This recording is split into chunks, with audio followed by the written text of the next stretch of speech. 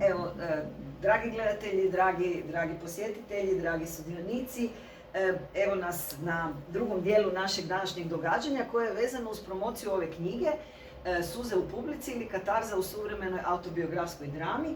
Dakle, to je knjiga koju je Citadela Libri objavila prošle godine, a napisala je Nadira Puškar-Mustafić, jedna mlada znanstvenica koja se bavi američkom dramom već dugi niz godina i koja je u ovoj knjizi obradila jednu zanimljivu temu na jedan još zanimljiviji način. Dakle, obradila je temu katarze, o kojoj uglavnom svi mislimo da sve znamo jer ju stalno spominjemo i stalno nam je prisutna, a zapravo u kazališnoj teoriji ne postoji ovakva studija koja dokazuje njezino postojanje danas.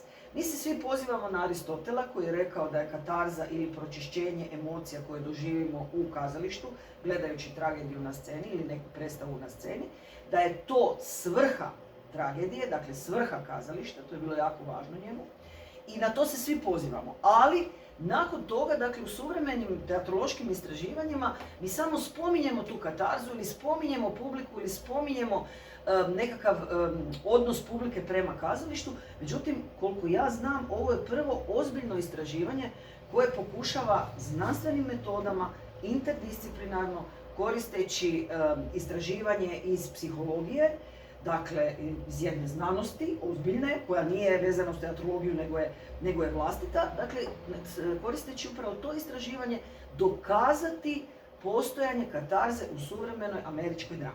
E sad, o kojim se dramama zapravo radi? I zašto ste ih odabrali? Odabrala sam ove drame zbog toga što su one nastale na osnovu autobiografskih sadržaja i zbog toga što su to afirmativne drame. E sad, šta to znači za katarzu? To su drame, dakle, Sjećam se mame, John Van Drutena, zatim Izlazak sunca na Campobellu, Čudotvorka, Leptiri su slobodni, Zločini srca i Čelične magnolije i Dokaz. Šta znači za katarzu to da su afirmativne drame? Taj pojam je ste vi definirali, profesorice. To su drame koje u stvari isto tako govore kao o problemima, znači nisu drame koje završavaju nužno sretnim završetkom, ali drame u kojima se problemi pročiste i riješe ili na taj način da protagonista spozna nešto ili pomiri se sa svijetom oko sebe ili da zapravo riješi te probleme ili da ima taj neki happy ending, tako da kažemo. I zapravo drame su sve obiteljske ili govore o obiteljima koje su disfunkcionalne, ali koje uz pomoć te obiteljske sloge uspijevaju riješiti probleme, osnažiti jedne druge, ili govore o ljudima koji imaju neke stvarne fizičke nedostatke, ali uprkos tome oni uspijevaju da ih prevladaju i da na taj način inspirišu nas kao publiku da mi budemo snažniji u životu i da se ne predajemo tako lako. Kao Helen Keller, recimo, koja nam je tu na naslovnici i koja je u toj najvažnijoj sceni kad nauči povezati pojam i riječ, dakle nauči povezati način izražavanja pojma i tako uđe u svijet komunicirajući dalje, iako je gluha i slijepa, zapravo kasnije ostvari normalan život i veliku karijeru i postane uzor i drugim ljudima, a zapravo krene iz ozbiljnog problema. Da, to je jedna od biografskih drama. Koliko je zapravo sudjelovalo ljudi u tom istraživanju? 30 ljudi koji su sveukupno popunili 240 anketa, pošto je za svaku dramu je bila posebna anketa. Oni su ili gledali filmske verzije, pošto se kod nas američke drame ne izvode tako često, nažalost, pa nismo imali priliku, ali smo imali tu kao zamjenu za gledanje tih drama, ili su čitali. Dakle, oni su bili podijeljeni na te dvije skupine i nakon toga su popunili te ankete koje smo mi poslije analizirali i na koje teme reaguju. U stvari, kroz to smo saznali koje su njima teme važne, koje emocije im probuđuju, koje emocije pročiste na kraju i gledanja ili čitanja tih drama. I, A koje su im bile važne? da. Pa bile su im važne teme, uglavnom nesporazuma, ako se radi o obiteljskim dramama u kojim imamo obiteljske nesporazume, sad da li između različitih članova obitelji, braće ili sestara, ili u ovim drugim dramama koje su, znači, spominju, odnosno obrađuju fizički nedostatak kao prepreku, dakle, načine na koje taj neki unutrašnji konflikt lika koji je dotaknuo sudionike istraživanja u tom smislu da su oni pronašli inspiraciju, da su vidjeli da se može čak i uz takav nedostatak, da se može uz neku borbu i trud postići nešto u životu. Dakle, to su bile, znači, teme koje su ili bile unutrašnji ili vanjski konflikti, a s kojim se sudionici mogu identificirati, pošto svi u obiteljima uglavnom imaju ili neke nesporazume ili su imali neke poteškoće u životu koje su svakako. Ovdje neke od drama prikazuju i tragične situacije smrti, recimo Čelične magnolije koje govore o smrti mlade djevojke i njezinoj obitelji koja to mora prihvatiti, koje je to teško kroz lik majke koju pratimo. Dakle, kako su se s tim ljudi poistovjećivali? Poistovjećivali su se ili u smislu da su imali u svojoj okolini, ako nisu imali direktno to iskustvo, bilo je ljudi koji su nažalost imali i direktno to iskustvo gubljenja nekog bliskog člana porodice koji je mlad, ili su se poistovjećivali kroz suosjećanja ako to nisu doživjeli, ili su se direktno identificirali jer su to nešto tako doživjeli. Ali možemo vidjeti tu u stvari da je taj afirmativni kraj u stvari nije sretni završetak jer osoba umire u tom klasičnom smislu, ali jeste sretni završetak u tome što uspijeva pronaći neki mir i smisao u svom životu uz pomoć te svoje zajednice, svojih prijateljica s kojim se ona susreće svakodnevno u tom frizerskom salonu i naravno svoje obitelji. Ali ovdje je naglasak bio na vezi između prijateljica koje su to u Čeličnim magnolijama gdje se 6 žena susreće u salonu u 3 neke scene bitne za život te mlade djevojke koja se prvo udaje, zatim ide na promjenu bubrega, odnosno na donaciju bubrega, a zatim je zadnja scena nakon njezinog sprovoda u kojoj zapravo gledamo kako majka mora prihvatiti tu situaciju. Dakle, kad se kaže afirmativna drama, onda se uvijek misli da je to nekakav jako radostan svijet u kojem niko nema nikakvog problema, samo je ružičasto i sve nešto jako veselo, ali zapravo afirmativno znači da možeš prihvatiti situaciju koja ti se dogodi jer imaš negdje nekakve temeljne vrijednosti koje ti pomažu i koje te nose u životu i kad njih otkriješ, bilo u drugim ljudima, bilo iznad u nekoj transcendenciji, onda imaš snagu da ideš dalje. Da li su to te ankete pokazale u odgovorima publike? Da, upravo. Evo, osim ove drame Čelične magnolije, jedan dobar primjer je možda isto drama Zločini srca koja govori o toj disfunkcionalnoj obitelji koja je u stvari stvorena takva, ali koju funkcionalno mučine te sestre koje se ujedine ponovo jer su, znači, nisu više, ne žive zajedno u istom gradu i koje ne samo da uspiju pomoći svojoj sestri koja je zapala u nevolju jer je se suprotstavila tom svom suprugu koji je zlostavljao, nego i one kada se vrati ponovo u taj mali grad da nju spase pod navodnim znacima i one te neke svoje traume koje su imale u djetinjstvu pročiste jer žive u toj maloj sredini gdje se ljudima daju etikete, pa jednu zovu old maid ili stara djevojka, drugu zovu propala pjevačica, a treću zovu kao poludjelom ženom zato što je nije više mogla da trpi to svo zlostavljanje pa je se usudila suprotstaviti.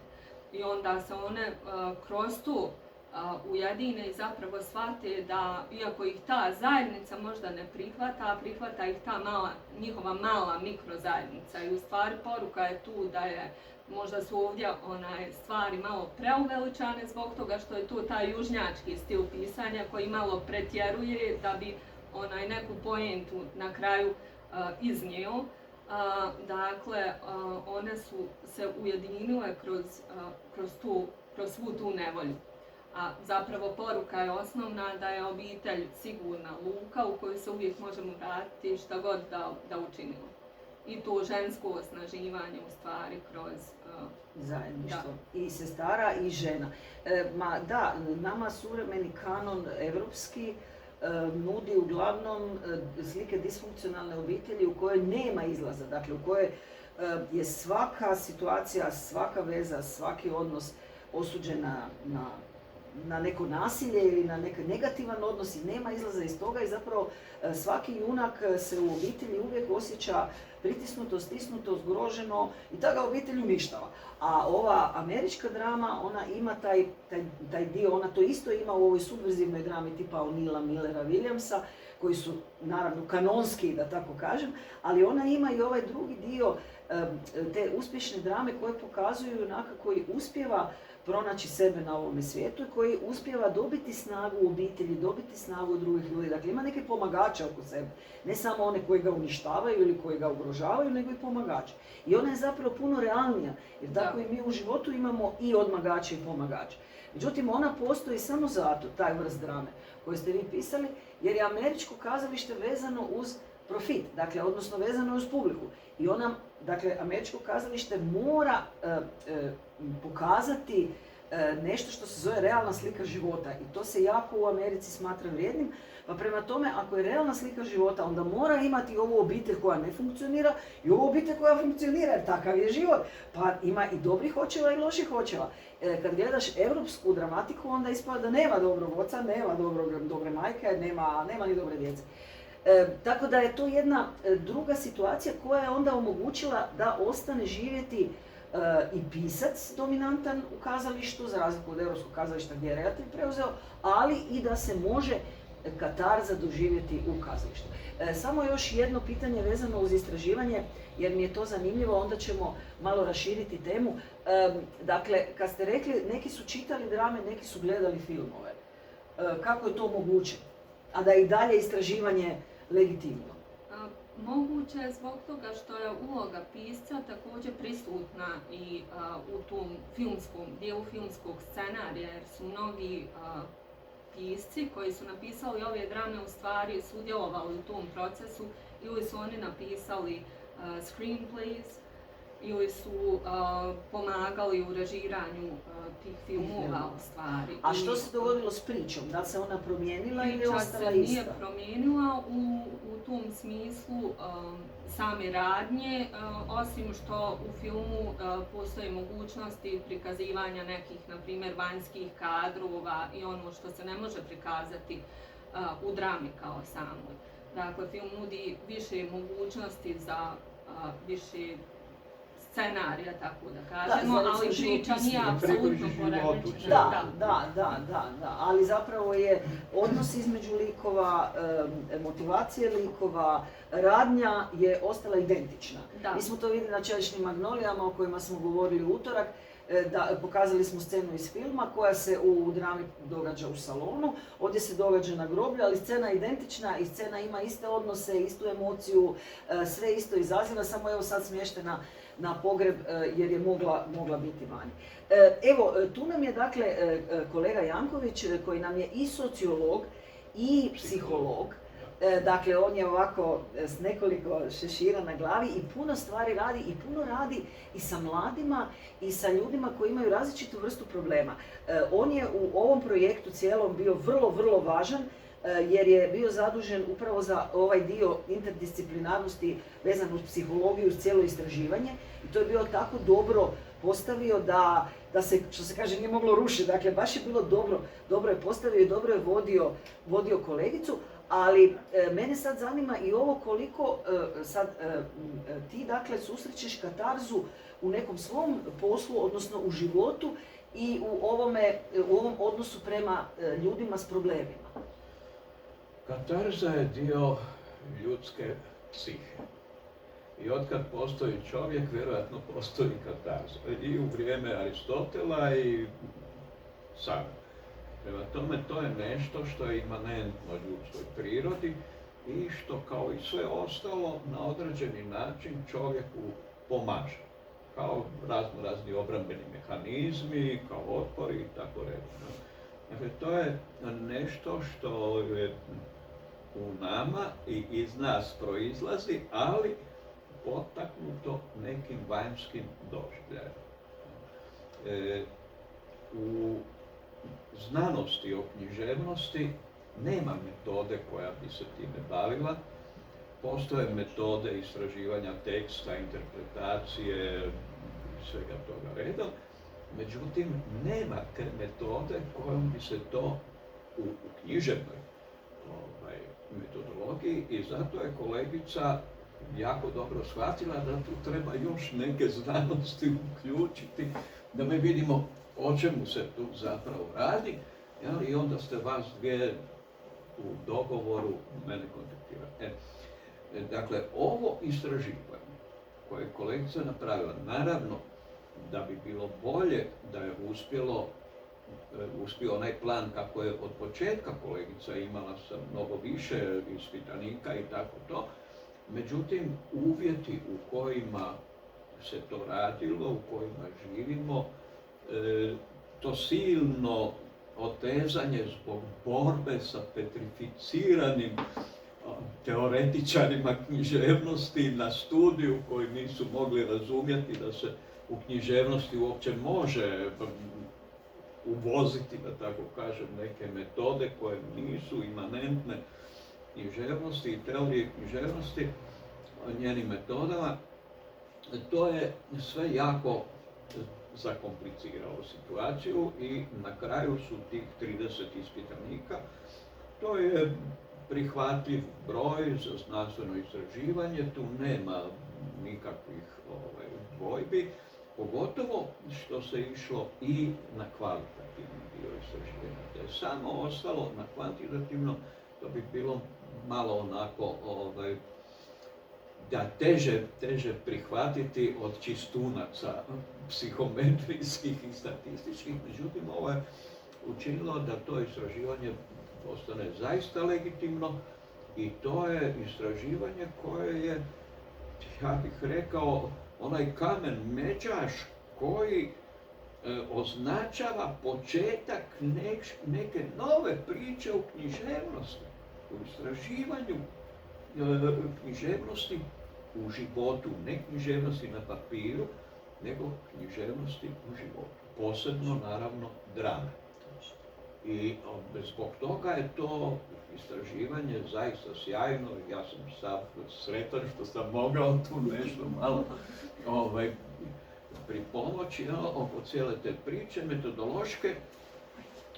I trebalo je jako puno napora, kolegica nije slušala tu vrstu metodologije, njoj je tu bilo jako teško, morala je silni angažman uložiti i naučiti puno toga što joj nije inače trebalo, ali joj je trebalo u životu, ali joj je trebalo da ispuni svoj san. I to je sad jedna sjajna stvar.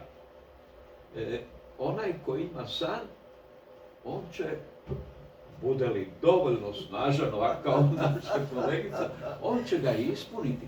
I to može voditi čovjeka kroz život i dovesti ga do toga da napravi ovakvu sjajnu knjigu. Jer nije, mislim, može se napisati knjiga, naći će se i izdavač, ali ovakvu knjigu koja će to istraživanje tako dobro prenijeti na papir iz života, nije baš tako jednostavno napraviti i zato i ova knjiga, jednako kao i istraživanje, zapravo znače taj neki kamen međaš od kojega će kasniji autori koji budu željeli zaista uroniti, istražiti dubine književnosti i drugih vrsta književnosti, naravno, ali ovdje je drama za početak, da tako kažemo, u pitanju. Oni će morati polaziti od toga, morat će učiti od naše kolegice Nadire Puškar-Mustapić. Jel? Tako da, metodološki, velim, je sve zaista dobro napravljeno, sjajno preneseno na papir i mi imamo evo jednu zaista izuzetnu knjigu. Citadela ima sreću da je tu knjigu mogla izdati. Ja, nesreća je naravno u toj koroni, pa sve teško se dolazi na površinu sa važnim stvarima, jel? Ali toga je bilo i nekada ranije i neki znanstvenici, White koji je prvi počeo pisati recimo o ulici i istraživati ju, prvo izdanje mu uopće niko nije zapazio, drugo izdanje u milijunskoj nakladi objavljeno i rasprodano po svijetu, jer je zaista to dakle, stopa na crti kada se prelazi iz jednog svijeta u jedan drugi svijet. To je jako lijepo rečeno. Da, i to je zapravo velika radost nas, očito svih troje, da smo mogli u tome sudjelovati, a krivac je naravno kolegica Nadira i ja sam joj zahvalan na toj krivnji. Meni je bilo fascinantno kad sam počela se baviti tom temom, onda sam tek shvatila da cijela teorija recepcije koja se sad nosi, dakle imali smo teoriju pisca pa teoriju recepcije kao kad se prebacilo na čitatelja sve, ta cijela teorija recepcije je samo teorija. Dakle, niko nikad nikakvog čitatelja nije pitao, to je sve teorija koju je pojedini teoretičar istumačio kako sad zapravo čitatelj doživljava. Išlo se do te mjere da se tvrdilo da svaki čitatelj stvara djelo iz početka, ali nikad se nikog ništa nije pitalo, nego je samo taj teoretičar... Da nije išlo se istražiti, je to zaista tako. Tako je, ovo što sad ti govoriš. Ja vjerujem da je, iz vlastitog iskustva. Do neke mjere ne, ali do koje, ne znamo. Jer teoretičar ima teoriju, niko nije istražio. I ona je sad doista išla istražiti i dokazati. Prvi puta, da, i zato je fascinantno. Nam ta katarza postoji. Jer sad se s kim kalkulira, nekad se govori da ima, nekad se govori da je nema. Jedno vrijeme se govorilo da je to jedna glupa stvar i da nam to uopće ne treba u kazalištu i ona se izbacila sredinom stoljeća kad su redatelji zavladali i nekako je maknut pisac, onda je maknuta i katarza, maknuto je lijepo, postalo je kić, maknuto je dobro, postalo je licemjerje. Dakle, sve ove neke afirmacije su se makle, bilo kakvih temeljnih ljudskih vrijednosti se maklo iz kanona i tako ispala i katarza, jer ona zapravo ipak afirmira nešto, dakle ona te pročišćava, čisti, ali mora biti neka afirmacija vrijednosti u priči. I onda se jedno vrijeme govorilo toga nema, toga ne treba, a sada je nova fora da se bilo kakvo izazivanje emocija, uglavnom negativnih, proglašava katarzom. Dakle, sada mi dolaze ljudi, tako to i kazališta govore, dakle ova velika kazališta, govore evo, ovo je katarzična predstava, onda ti odeš na tu predstavu, onda vidiš najstrašnije stvari koje se događaju, silovanja, tlačenja, maltretiranja, užase na sceni i sve to oni bace na tebe, ti dakle doživiš te emocije i onda bude kraj. Dakle, ništa ne pročistiš. I sad ja pitam moje studente... Ljutnju pročistiš. Ne pročistiš, ostaneš ljut, jer si vidio mračne stvari, a ne pročistiš ih, nemaš ih u odnosu na šta pročistiti, jer to je samo došlo na tebe. Znači, i sad ja pitam moje studente, prvo jeste doživjeli ikad katarzu u kazalištu i prije su govorili nismo. Sad su počeli govoriti jesmo. Sad ja pitam dobro koja predstava, sad je bio Hotel Zagorje. Dobro, kažem ja, super. To je predstava dobila sve nagrade, poznata, sve ono kanon, govori o ratnoj priči, dakle o djevojčici koja živi u tom hotelu kao izbjeglica, dakle to je jedna vrlo teška poratna priča, odnosno ratna, ali kroz oči ovih slabih junaka, da, prognanika. I kažem, super. Kako si se osjećao nakon predstave? Loše. Koliko dugo si se osjećao loše? A jedno tjedan dana. To nije katarza. Dakle, ti gledaš priču o Edipu, koja je najstrašnija priča na svijetu. Čovjek je ubio majku, ženio oca, izrodio, odnosno obratno. Ubio oca, oženio majku, izrodio s njom djecu. Dakle, to je jedna prestrašna priča. Ali na kraju se dogodi to kazna krivca, slože se stvari na mjesto, mir zavlada u tebi. Znači stvari se nekako poslože, izdefiniraju se krivnje, pročiste se te krivnje nekako. razumiješ, u toj priči. I ti izađeš van, gledao si strašnu priču, ali ti se ne osjećaš loše. Tako i ovo. Ovo jesu neki sretni krajevi na kraju, ali neki nisu. Dakle, u Čeličnoj magnoliji u kojima ta mlada djevojka umre, dokaz u kojem otac umre, a ona, njegova kćerka koja je naslijedila od njega talent za matematiku, naslijedi i ludost od njega, dakle, priča s mrtvim ljudima. Dakle, to su ozbiljni problemi. Ali ti opet na kraju imaš nekakav osjećaj, znaš, da svijet ima smisla. Eto, nakon gledanja Hotela Zagorje, nemaš osjećaj da svijet ima smisla, samo si dobio negativnu emociju. Sad je to priča za dalje istraživanje. Sad je to pitanje ovako. Recimo u psihoterapiji, Dobro. najčešće se ne doživljava trenutna katarza, nego je to jedan produženi proces koji traje zbog toga jer su ti neki događaji, ti neki osjećaji duboko potisnuti u podsvijest. I da bi ih se moglo izvući van, treba vremena. I onda tek nakon dosta vremena, psihoanalitička traje i nekoliko godina, ali i oni su malo popustili, pa to ide brže. Dakle, treba dosta vremena dok se pročisti taj kontejner tih negativnih doživljaja, emocija, dok se sve to smeće izbaci van. I to nije moguće imati ovu katarzu kao u ovim dramama gdje je neko vanjsko zlo krivac, pa je neki junak glavni patio, pa je onda se to raščistilo ili ćemo osuditi toga krivca i tako to. Pa imamo trenutnu katarzu. Nego imamo nešto što traje kroz vrijeme. Pa da, ali zato što je drama ograničena, dakle ona je ograničena vremenski i događajno. Ko Kinezi, da. 12 sati drama, pa možda bi se i nešto dogodilo, da. Ali se uspijeva i na toj kratkoj, ali život ima puno takvih drama, ovo što ti govoriš, to je puno takvih drama. A ovo je jedna izlačena. Jer tu je vrijeme kondenzirano. Da, i vrijeme i razrješenje. Na taj način i čovjek vidi odmah završetak i naravno odreagira. A u životu to traje. U životu to traje, jel?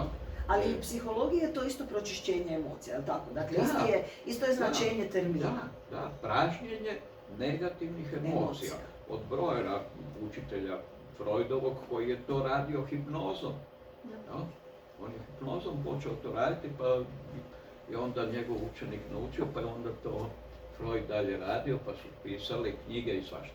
Ali danas naravno imamo jako puno različitih psihoterapijskih pravaca i svaki na svoj način ide i na proradu tih. Neki ne idu, neki su ostane na površini, samo naučimo na drugi način raditi, ponašati se pa idemo dalje. A glavni problem je ostao unutra i ja baš nisam siguran da to... To je moguće kada nije problem jako težak. Ima jedna terapija, kratka, usmjerena rješenju, koja kaže između ostaloga, ako nije noga slomljena, nemoj ju sad šarapići stavljati u ove gipsove, nego ajmo dalje, učimo hodat, vidimo što je shodno. Preneseno rečeno. Međutim, ima, recimo u transakcijskoj analizi Erika Berna ima jedan pravac, redecision pravac, takozvani pravac nove odluke, gdje u terapiji terapeut vodi pacijenta, osobu, korisnika do toga da shvati u jednom trenutku gdje je ona catch-22, i toga časa on prosvjeti mu, žaruljica se upali, ali prosvjeti mu i on doživi neku vrstu katarze, dakle shvati u čemu je problem i više nema poteškoća, može ga riješiti i on dalje živi produktivno, normalno, realno.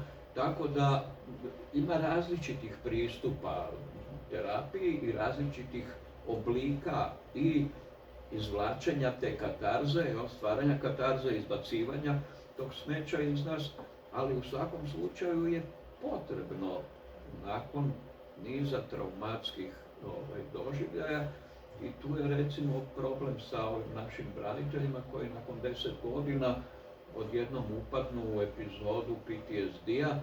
Zašto? Zato što nisu ispraznili to, a oni nisu u stanju to isprazniti u ovim standardnim našim oblicima terapije, a premalo se truda uložilo da bi se s njima radilo nećemo sad to širiti, ali na neki drugi način, da oni izbace iz sebe sve te užase, bar dio tih užasa koje su doživjeli, da bi mogli kvalitetno dalje živjeti.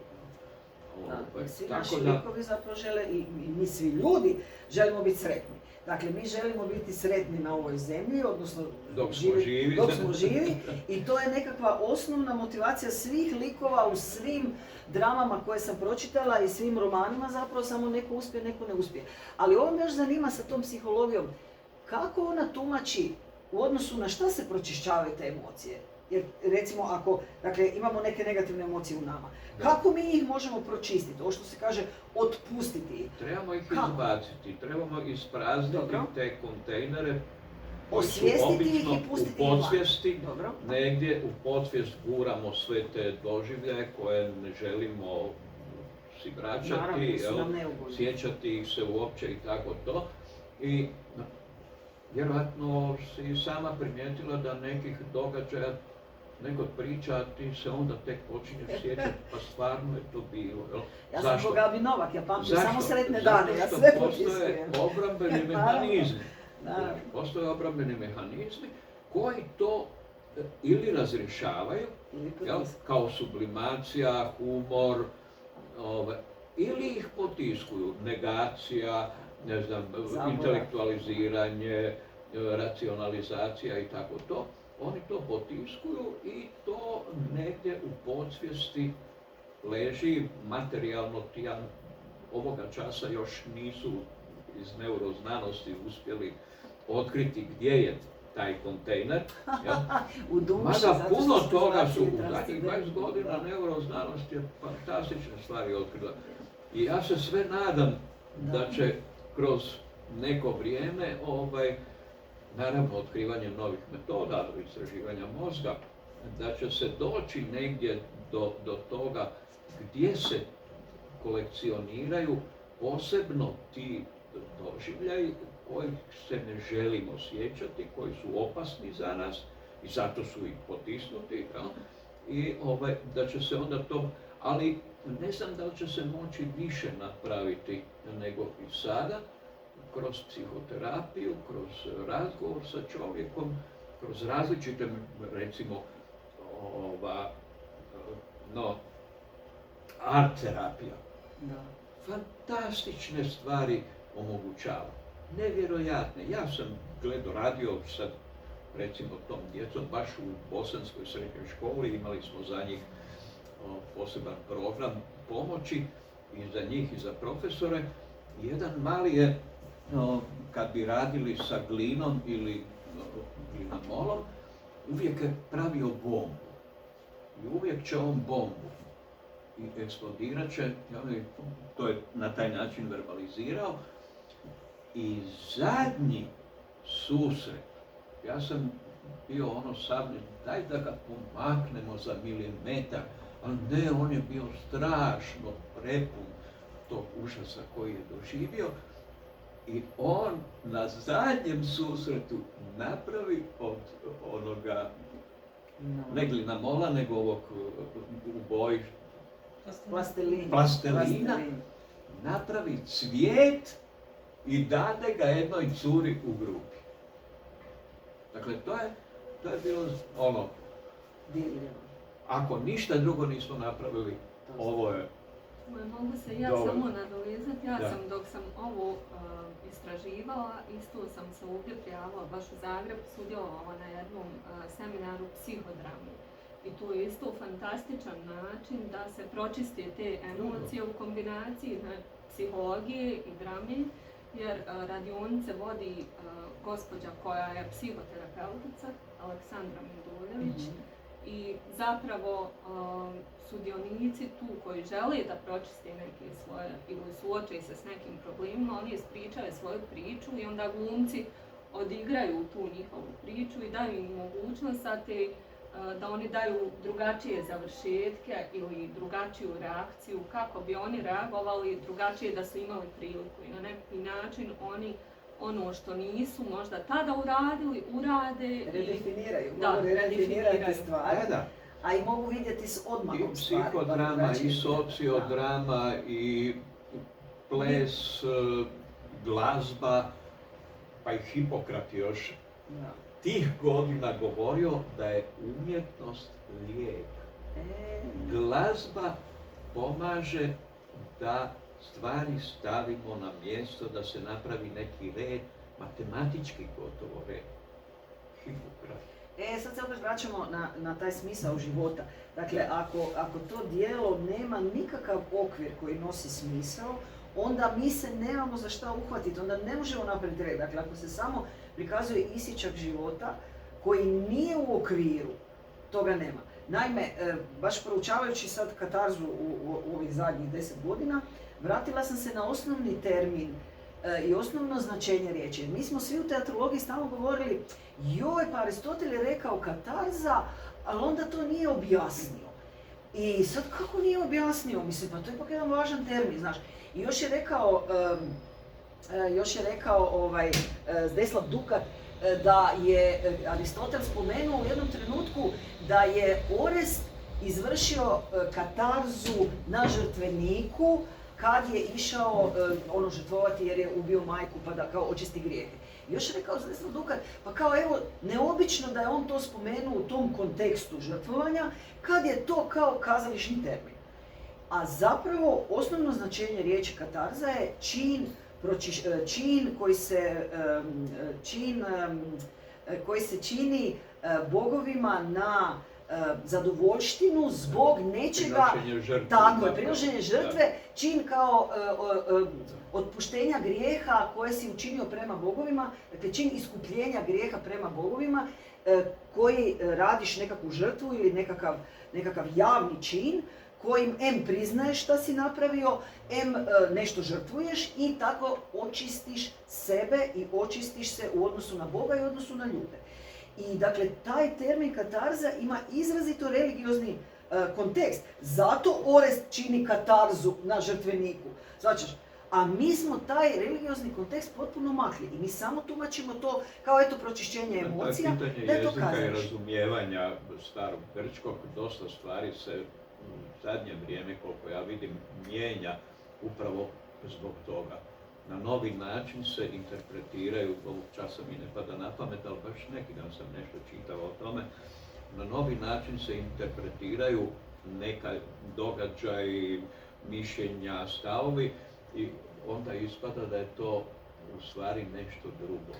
Ali a zato ne je ono što važno smo ići... mislili do sada, Važno jer je neko prvi to tako Da, interpretirao i onda smo po tom prvom išli dalje. Odnosno sada vlada jedan svjetonazor koji ima jedan svoj odraz svijeta, odnosno sliku svijeta i iz nje tumači sve. I onda kad odeš nazad u epohe vidiš svakakve zanimljive stvari koje smo potpuno zanemarili jer nam se ne uklapaju.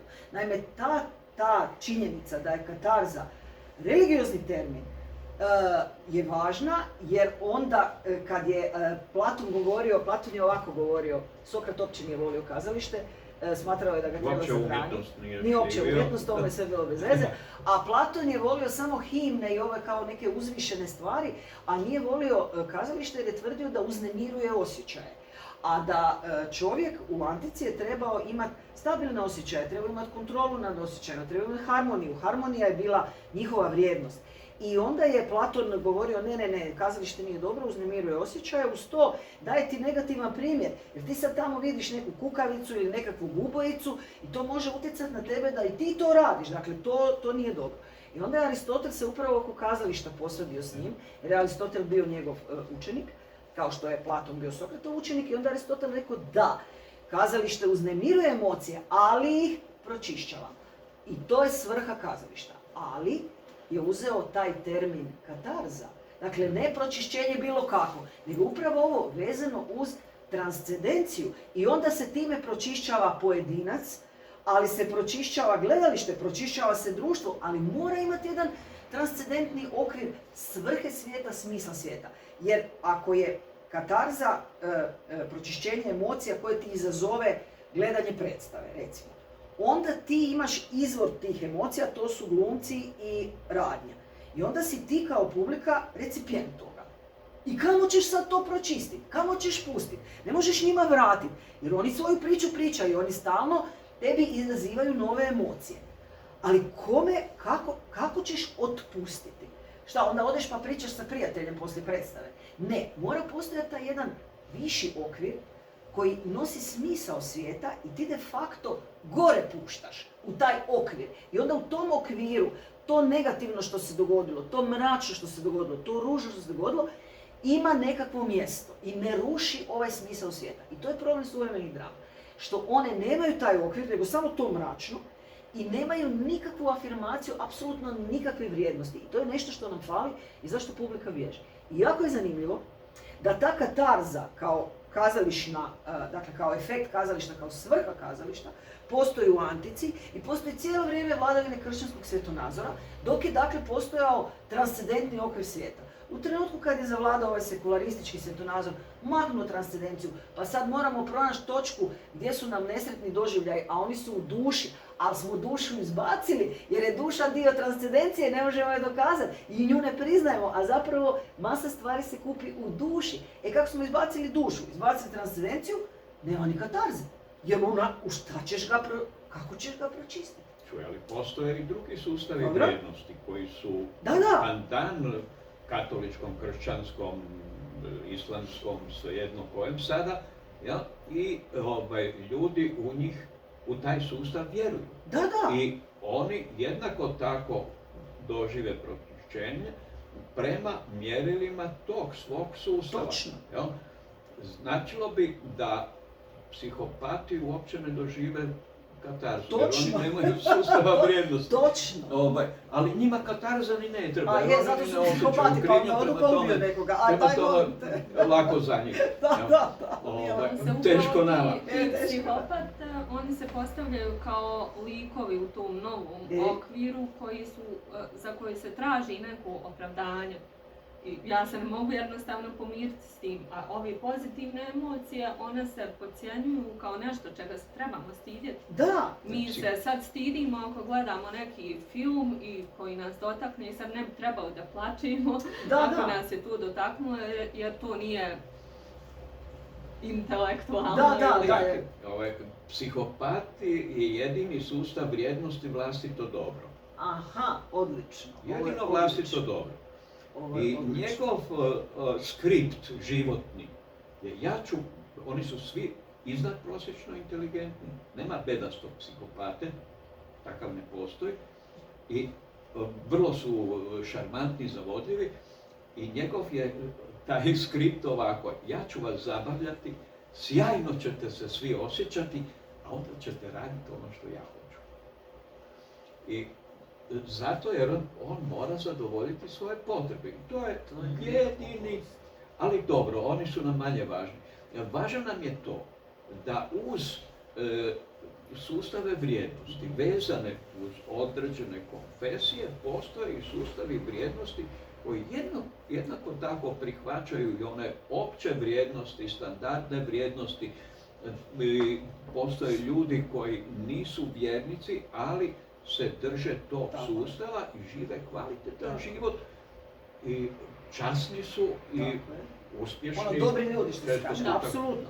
Ali sad je tu moj problem sumjetnosti. Tu je sad moj problem sumjetnosti, što ovaj sad kanon koji vlada, dakle ovo što je HNK, Gavrela, ZKM, dakle ovo što dobiva pare, ide na festivale, ima sve medije, svi znaju o tome, to ne afirmira nikakve vrijednosti. Dakle, sad vlada jedan drugi svjetonazor koji ima jedan drugi set vrijednosti. Okay. Uopće nije svjetonazor, to je dekadencija zapadne civilizacije. Nije to dekadencija, to je posljedica Ne znam zašto sad oni ne afirmiraju ove vrijednosti novog svjetonazora. Jer dakle, kad bi afirmirali te vrijednosti, isto bi imalo smisla, isto bi se mogla onda neka katarza doživjeti. Ali ova sad, ova vladajuća struja, glavna struja, ona samo destruira. Ona ništa ne afirmira. A to je to. Apsolutno ništa, nikakvu vrijednost. Ja ću sad pokrenuti natječaj za dramski tekst koji afirmira temeljne ljudske vrijednosti. Pa nek ljudi pošalju koje vrijednosti doživljavaju kao vrijednosti, ali da mi ih afirmiraju. Dakle, razumiješ, nek ljudi malo razmisle oko toga što je to vrijednost, što je njihova vrijednost, što bi oni afirmirali, kako bi afirmirali i kako bi to stavili na scenu. Okay. Evo, jer ne mogu više podnijeti ovu glavnu struju koja ništa ne afirmira i zato nema ni katarzu, jer nema ničega. Mislim, ničega afirmativnog. Dakle, ne afirmira ni one vrijednosti koje smo mi uveli sad u ovom novom svijetu, u ovom novom svjetonazoru. Nemamo sustava vrijednosti, niti općih, niti škola je odgojno-obrazovna ustanova, najprije odgojna. Postoje oni katalozi znanja za svaki razred, za svaki predmet, do 8. razreda. Postoji li jedan takav spis koji definira odgojne vrijednosti u našoj školi? Postoji li nekakav katalog vrijednosti ovoga društva?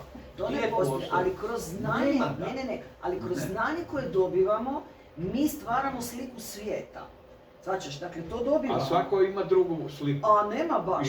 A nema baš. Evo vidiš da ponovo je svijetu ravna ploča. To je sad postmoderno. Postmoderno ruši i ovo što je moderna uspostavila kao neki svoj sustav drugačiji od onog prije. Čovjek gradi, ako nisu sustavno kroz vrijeme ugrađivane vrednote, on stvori nekakav svoj mišmaš ili ništa, kao psihopat. I sve je, pa evo pogledaj, poderane hlače, mislim, su sad vrhunac kulminacije, da tako velim.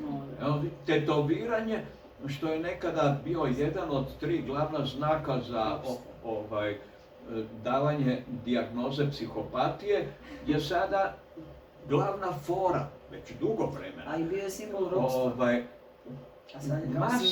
Masa toga što ono što je bolesno, to je sada top pozicija. Svi se klanjaju. Mislim, oprosti, to meni jako puno govori o ovoj zapadnoj civilizaciji.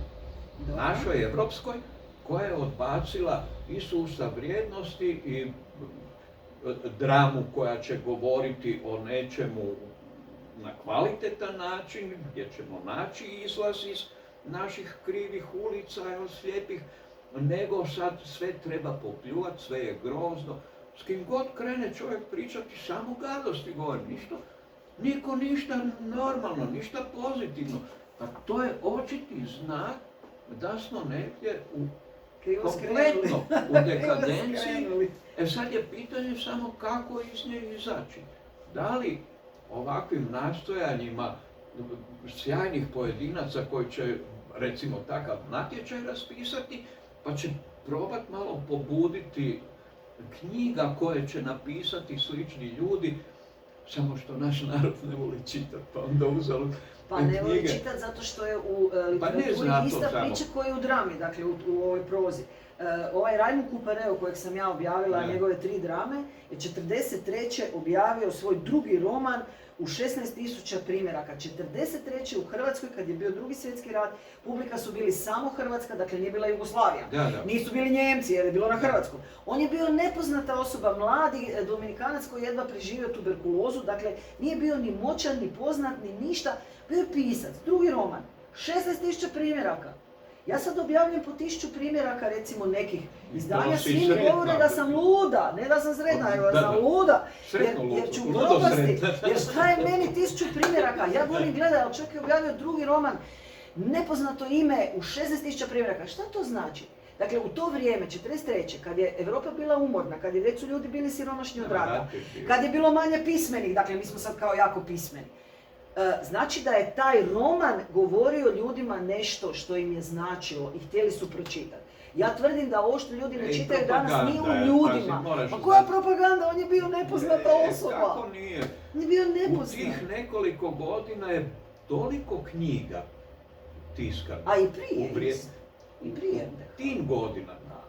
Da. Ja sam ali to nema imao ništa veze sa sreću tim. da sam mogao vidjeti tu takvu jednu biblioteku gdje sam ja padao u nesvijest šta sve nije svjetski relevantna, Da. najrelevantnija djela. Naša domaća produkcija je bila strašno velika jer je država taj dio gurala da bi negdje se afirmirala kao narodna, jel, i tako mi Hrvati, Da, kao kulturna pametni, samo da. i ništa drugo. Da. I propaganda strašno puno. Dobro, ali imam još jedan dokaz koji ruši ovo sad što ti govoriš, a to je Ajde. da je Ljubomir Maraković, dakle jedan teoretičar, objavio u jednu ovakvu knjižicu od 10 kazališnih kritika, od 10 predstava religiozne tematike. Da. Zove se Pučka pozornica. I ja okrenem da vidim koliko primjeraka, 9000 primjeraka. Knjižica, kritika, dakle 10 kritika od 10 predstava, u 9000 primjeraka je išla prije rata. Drugog svjetskog. Dakle, ja nisam sebi mogla doći. Dakle, mi sad objavljujemo u 300-500 primjeraka teorijske knjige. Pa znači ono, 9000 primjeraka. I to se čitalo, to sad jedva imaš koji primjerak. A narodne knjižnice su tada bile centri Jer je okupljanja. ja i dalje tvrdim da ne je samo- stvar o tome o čemu govori književnost. I ako ona govori o nečem što mene dira, što ja razumijem, što ja prepoznajem, što na mene utiče, što mene ojačava, onda ću ja to čitati. Ako je to nešto što me destruira, što me izbezumljuje, što mi govori da svijet nema smisla, ja ću to prestat Ali čitati. ako ne čitaš, onda ne znaš šta se objavljuje. Ti Znam. vidiš lijepu sliku, aha, je, zgodno koliko košta, neću, hvala. Tako ljudi koji prolaze ulicom i gledaju izloge knjižara reagiraju. Dakle, nešto drugo je potrebno da bi ih potaklo da oni zaista onda tu knjigu i pročitaju. Imaju i u knjižnici, pa koliko. Imaš standardne čitače koji dolaze i zdravo. I novu djecu koja... Da, ne? ali to je jedna druga tema koja To je tvrdi, druga što je vjerojatno tema, ali je to jedna je profesorica ovo koja što to može ti dokazati. Da uvijek govorim. postoji jedan postotak ljudi koji su jako zainteresirani za čitanje i znanje Da. i koji je na neki način konstantan više manje i kroz Da. povijest. I U to je srednjem to. vijeku ljudi govorili po 4 jezika, ovi koji su bili obrazovani. 4 jezika. U 19. stoljeću u Austro-Ugarskoj isto su govorili po 4 jezika. Njemački, latinski, mađarski Mađarski. poslije, ovi naši kajkavski, Talijanski. talijanski su, gledali su opere na talijanskom. Dakle, oni su govorili 4-5 jezika, obrazovani. I taj postotak obrazovanih nekako ostaje isti, ali i dalje je ovo prodano u 16.000 primjeraka, a ovo u 10.000 primjeraka teorijski Postotak ima. obrazovanja A bilo je ih. drugačiji. Sad je A bilo daleko ih. veći postotak obrazovanih, ali je i jako visok postotak nepismenih. Nepismenih. To je nevjerojatno koliko. Ja mislim da zadnje brojke koje sam vidio da su negdje između 16 i 18%. Pismenih. Ili Da. nepismenih. Nepismenih. Aha. Taman početkom rata neka statistika je bila. Od kuda to? Iza Drugog svjetskog rata su bili oni kursevi opismenjavanja, čuda, ne znam nija što. A sad, neposredno prije ovog rata, nekih, velim ti, 16-18%. Ali baš nepismenih u smislu da ne znaju pisati Pa 30 da su slova abecede. završili manje od 8 razreda osnovne škole. Aha, to se smatra nepismenim. Aha. Da. Da, dobro, ali vratimo se mi nazad na ovaj naš, dakle, što sad ti misliš? Napismene Na ove pismene koji su napisali doktorate, dakle ti koji su pišu doktorate i ovakve knjige, taj postotak je nekako uvijek isti u društvu i to ima nekog smisla, jer talenti su različito raspoređeni među ljudima. I postotak onih koji vole plesat balet ili oni koji lijepo pjevaju, oni koji vole pisati pametne knjige, nekako mislim da ostaje otprilike isti. Samo u nekom trenutku je nešto vidljivije. Tako da je dobro da svi nauče pisati, dobro je da svi nauče razinu jednog obrazovanja, ali nikad neće svi moći napisati knjigu. Razlike Naravno. postoje, Naravno. Sanja. Postoje razlike, ovisi o sredini, mentalitetu i onome što sustav vrijednosti te sredine Gura, kao Gura. važno, odnosno, kao važno. Otkuda u Splitu toliko sportaša svih I mogućih? pjevača. Otkuda? Ne znam. Eto, Anka, Da. moja supruga, kad je išla u školu, svako dijete se moralo, to je bila obaveza, moralo se baviti nekim sportom. I od velikog broja dijalektika ti kaže, jel? Iz kvantiteta dobivaš kvalitet. Iz kvaliteta isto tako kvantitet. Dakle, kvalitetna grupa nekih ljudi tamo se založila, dobila i političke i ostale krugove, propagandu i imate toliko puno sjajnih sportaša i svih i plivača i košarkaša i što god, nogometaša, što god želite. Dakle, pitanje je sredine, to je sad sociološka možda malo priča. Ja? Dakle, ono što sredina preferira, to prihvaćaju pojedinci. Tako je, slijede tako. I sada sredina preferira gađenje po svemu. I onda pojedinci isto tako to prihvaćaju, a da se okrene priča. Ja? Dakle, da televizija, radio, novine se sve manje čitaju, da propagiraju jednostavno neke sustave vrijednosti pozitivne i primjerima i snimanjima i ne znam čime, čitanjem i tako to, promijenila, ne bi se preko noći promijenila klima, ali kroz određeno vrijeme nove generacije bi s tim stasale. I mi bi imali sasvim drugačiju našu kulturnu situaciju nego što imamo sada. Ali postoji taj baš svjetonazorski pritisak koji je nadnacionalni i nadosobni, koji mi usvajamo i on sada na neki način gura tu agendu kritike svega i destrukcije svih vrijednosti. Ne kritike. Nije to da je kritika može biti i pozitivna. Apsolutno. Odnosno može i negativna pozitivno djelovati ako je kritika. Ako je smisleno. Ali to je destrukcija. Ovo je sad destrukcija. Ciljana I zapravo se sve ide prema psihopatologiji, ono što si sad odlično definirao psihopatu. Dakle, to je čovjek koji određuje svoj svijet i tako se svi trebaju pronaći prema onome što on danas misli, kako se on osjeća i koje su njegove vrijednosti i to je sad mjera stvari. Dakle, nema apsolutno nikakvog empatije prema drugima, niti propaganda slijedi. Ovdje je s nama i jedna Matija Grgat, jedna profesorica i bibliotekarka koja i radi s mladima i vidim da nešto zapisuje. Jel bi ti, Matija, nama nešto rekla?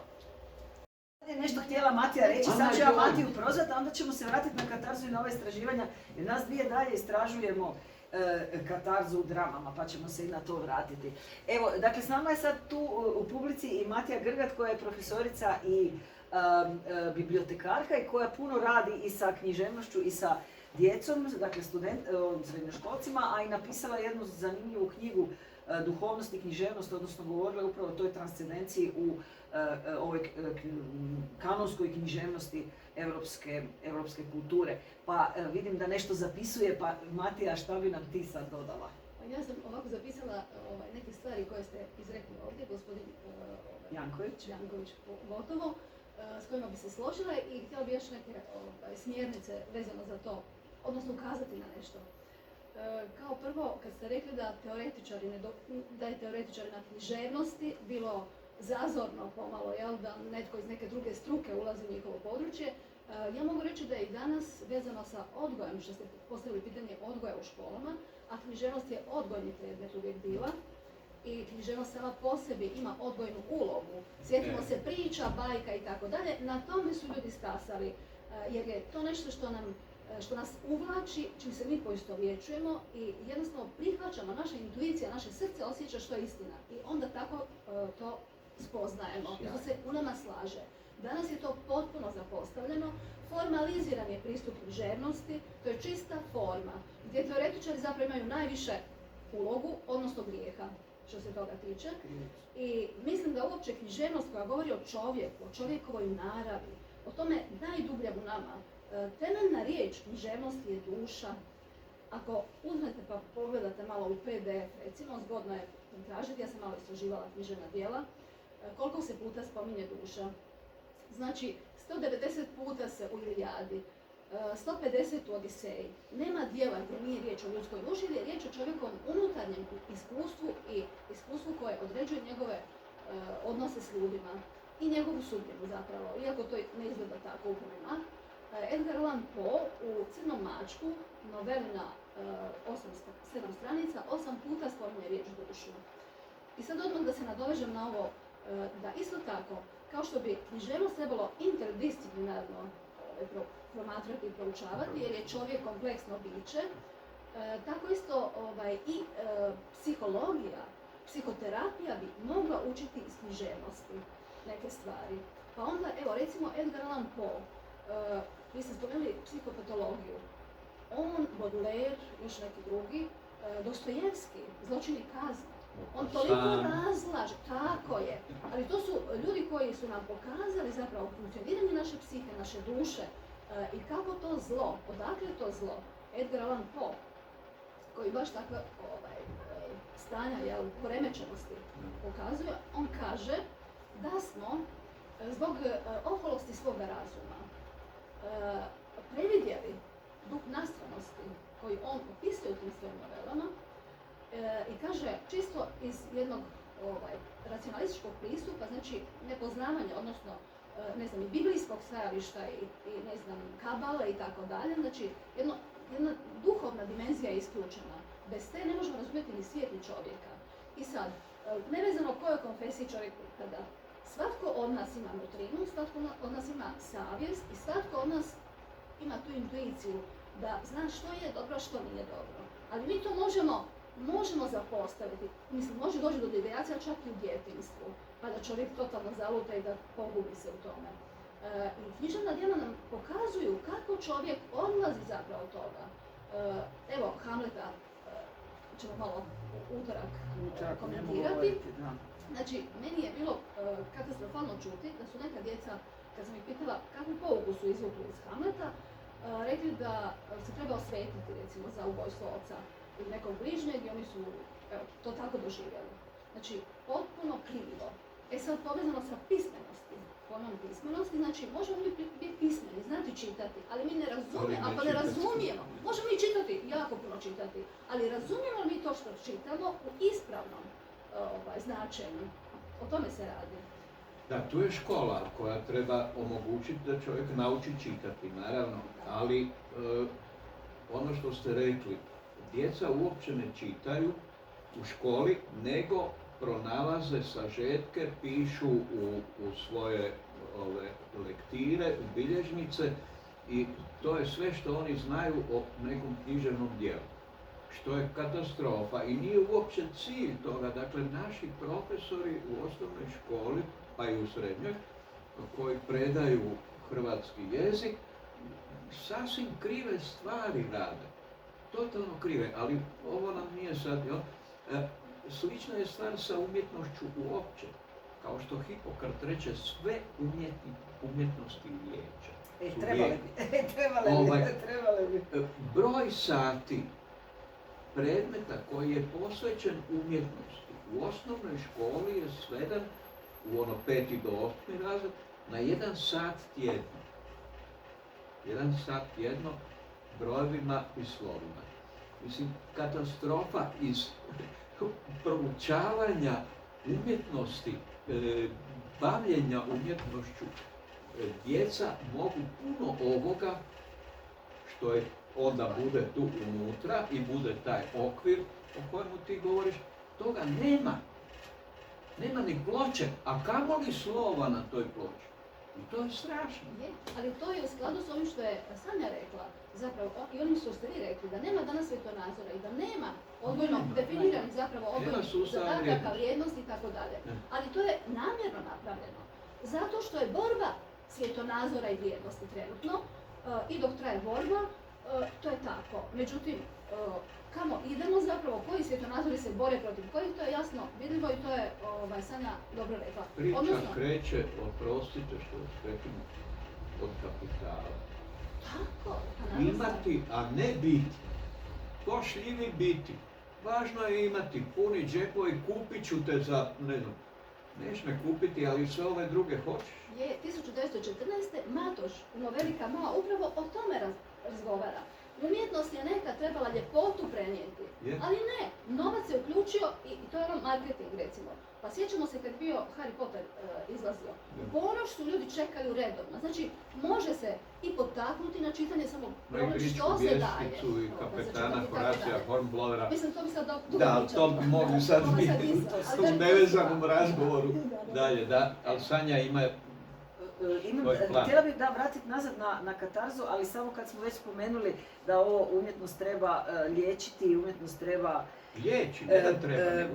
Aha, treba, a ova ne može, jer to isto umjetnost ružnog, ni stavila. Kanon je uvijek ne samo, dakle, podučavao, bio didaktičan, sad je didaktično nepristojna riječ.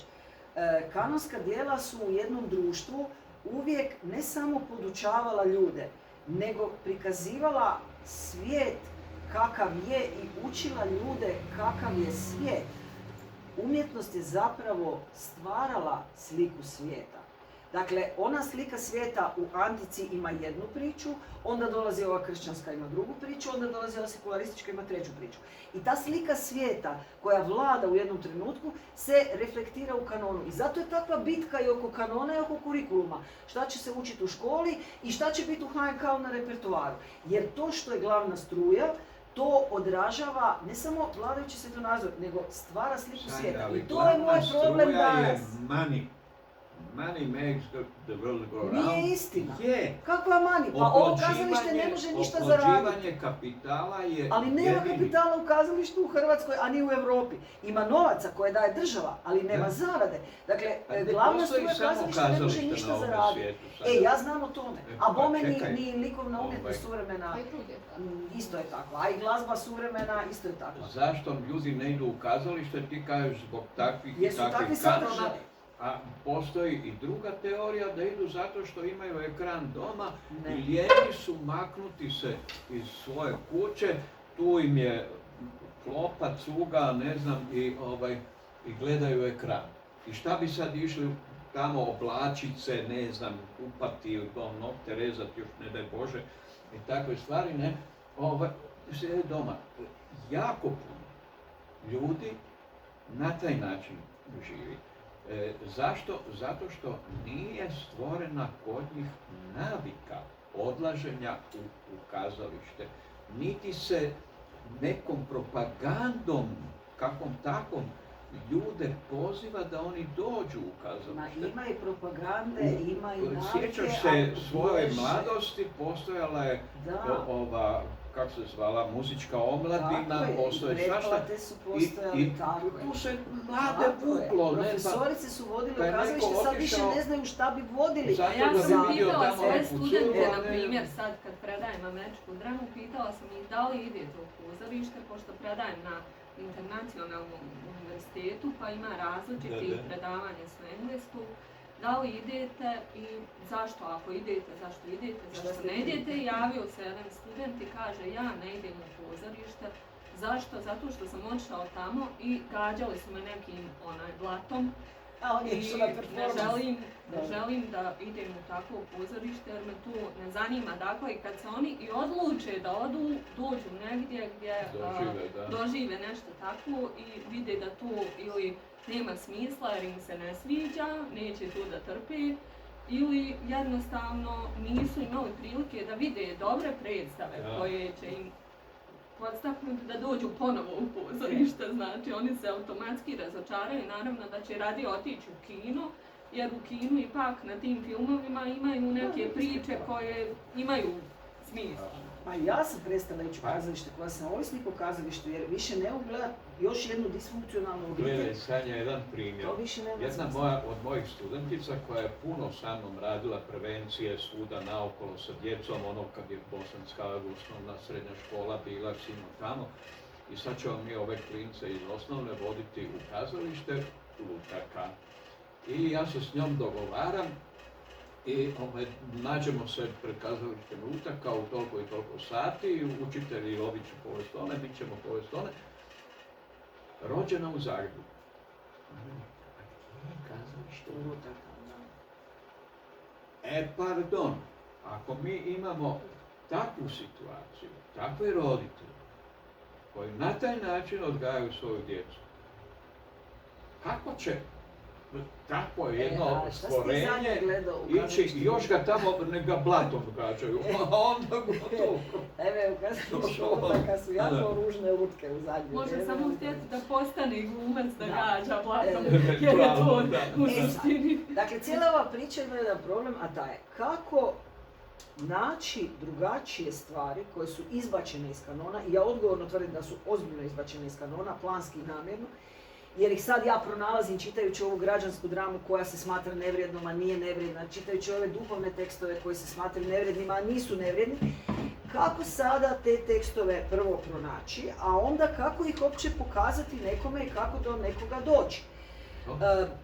Ono što sad mi radimo kao profesorice, dakle ja upravo potaknuta ovom knjigom sam počela raditi istraživanje sa svojim studentima kako oni reagiraju prvo na graničare, dakle to je Josip Frederik, to je jedna građanska drama, pučka drama, dakle govori o seljacima, vrlo jedan tragičan događaj gdje se poštenog čovjeka optuži da je ubio nekakvog čovjeka, a nije, lažno ga se optuži.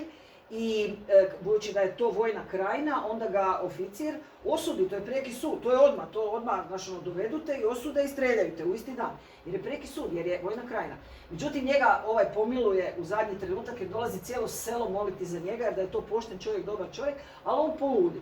I on poludi i na kraju se dogodi razrješenje, jer ovaj negativni lik koji je ubio se vrati, nađe ovog ludog na grobu, i taj susret s njim se vrati pamet ovom čovjeku, a ovaj se preda i kaže evo ja hoću u zatvor jer ja više ne mogu biti ovako zao. Dakle, nekako pozitivno završi. I to je bio komad koji je imao 360 izvedbi u HNK, to je bilo jako popularno, ali to se danas stalno smatra joj nije dobro, joj to je neko podilaženje publici, joj to je nešto kao nešto zanatski. Ja sam to davala mojim studentima čitati od početka kao primjer građanske drame, kao primjer melodrame, i oni su jako na to lijepo reagirali. Dakle, uvijek su na dva ista mjesta plakali. Dakle, ta moja djeca, studenti na Osječkoj umjetničkoj akademiji, niti znaju šta je vojna krajina, niti znaju šta je Austro-Ugarska, dakle, to se zbiva Austro-Ugarskoj.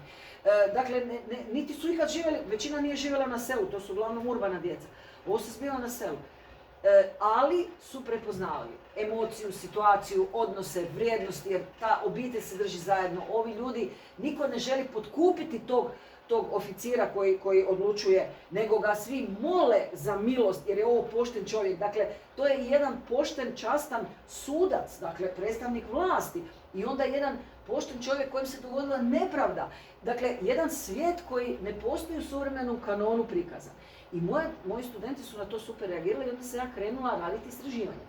Dakle, davala im testove, odnosno te ankete, u kojima sam ih ispitivala na koji lik reagiraju, kako reagiraju, jel se tu šta prepoznaju, šta im to znači. I to je bilo jedno istraživanje. A onda sam počela predavati na Katoličkom sveučilištu suvremenu dramu i davala im opozicije subverzivne i afirmativne priče. Dakle, pokazala sam im Raimunda Kuparea Muku, koji dakle govori o Kristovoj muci, recimo iz afirmacije smisla svijeta, i Bakmazovog Šimuna Cirenca koji govori bez afirmacije smisla svijeta. Onda sam im pokazivala Glembajeve, dakle koji govori o jednoj konkretnoj situaciji u Zagrebu, koja se dogodila očito, i Kalmana Mesarića koji o toj istoj situaciji piše drugačije, gdje neki likovi izađu, dakle, sretno završe ti neki likovi. I dalje ovi zločesti vladaju, i dalje zločesti, vladaju tim društvom, ali postoje neki likovi koji osvijeste nešto, koji izađu. Sad sam njima to pokazivala i takve drame, 10 drama su čitali, te opozicije, dakle, isti sadržaj, isti, identični, ali jedan govori to na, dakle, subverzivan način prema, recimo, vladajućem kršćanskom bivšem svjetonazoru, a jedan to afirmira. I onda sam napravila veliku anketu poslije. I onda je bilo jako zanimljivo. Poistovjetili su se, dakle, po uzoru na ovo vaše sam napravila anketu, ta pitanja i to, poistovjećivali su se uglavnom s ovim afirmativnim junacima. Te drame, kad sam rekla koja vas je drama dotaknula, koji vas je lik dotaknuo, koji lik pamtite, uglavnom su bili ovi iz ove kao afirmativne priče.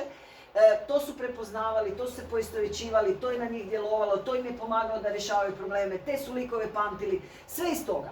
A onda kad sam pitala koja je, recimo Glembajeve, koji dakle su ono vrh kanona našega, uopće u tom nisu spominjali. A onda kad sam pitala koja je najkvalitetnija drama, onda su napisali Glembajevu. ali ništa ih nisu prije spominjali, nigdje. Nego su te Glembajeve ponijeli iz škole. A kad je drugo pitanje bilo, a koju dramu nismo trebali čitati, recimo od tih, onda su isto bili Glembajevi. Tako da je to bilo jako, znaš kao ono. I sad, onda sam ih poslije pitala, neki su rekli pa zato što već znamo, a neki su rekli ma joj, ma to je zapravo kao nije, ali znaš, dakle, toliko je kanon jak, da bez obzira što su apsolutno reagirali na ovu vrstu drama, za koje nikad prije nisu čuli, i dalje misle da je ovo najkvalitetnije jer to uče, to kroz ovaj kurikulum ne uče odgoj, ali uče znanje i to znanje ti oblikuje svijet i u tom svijetu Glembajevi su kvaliteta. Dakle, kritika, destrukcija, razaranje je kvalitetna umjetnost. Nije. Dakle, moja teza je da nije, da je to posljedica ovog što se sad događa, ali da imamo pravo i na drugačiju umjetnost koja govori na drugi način o svijetu. Jer svijet ima i dobre i loše strane, dakle i dobrog i lošeg oca. To je moja ultimativna argument, jer kad se kaže ovo je istina, znaš da su svi ljudi pokvareni, pa nije istina. Ima i dobrih ljudi na ovome svijetu, pa hajmo malo i o njima. Evo. Nisu baš uvijek. I nisu baš uvijek svi pokvareni, nekad su i psihopate dobri.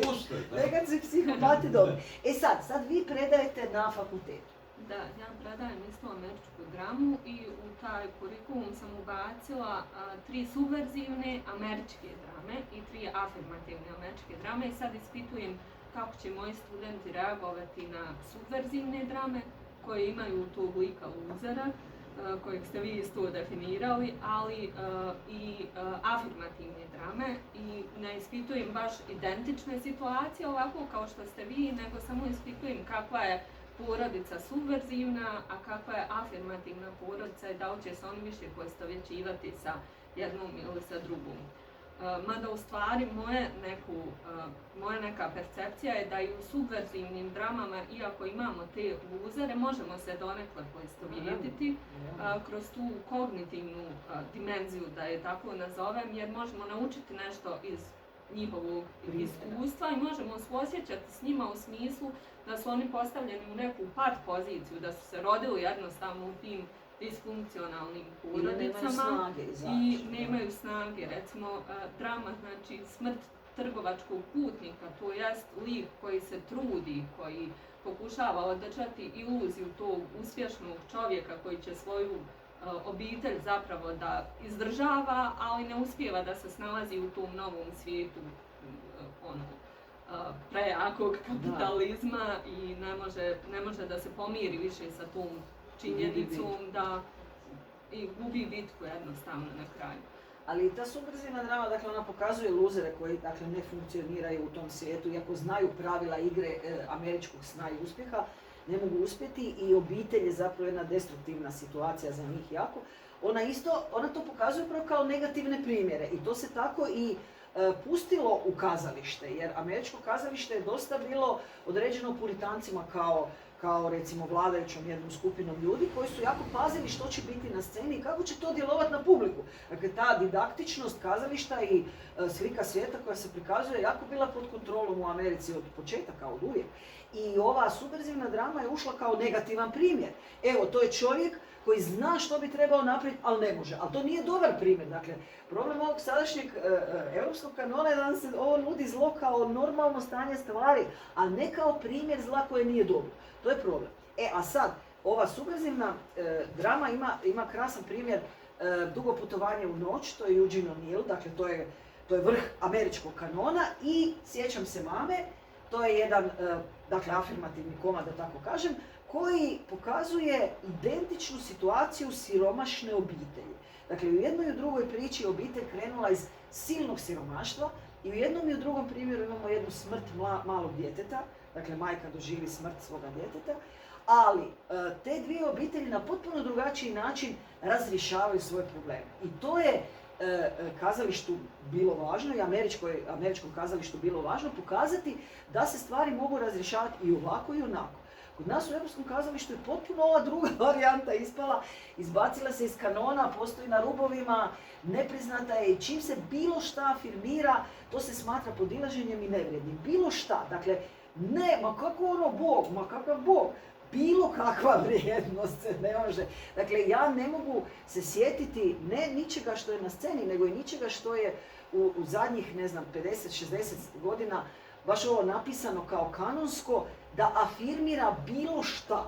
Znači, sve što je ušlo u kanon zapravo samo destruira. Jer Krleža samo destruira sliku svijeta. On samo govori, evo ova slika svijeta nema smisla.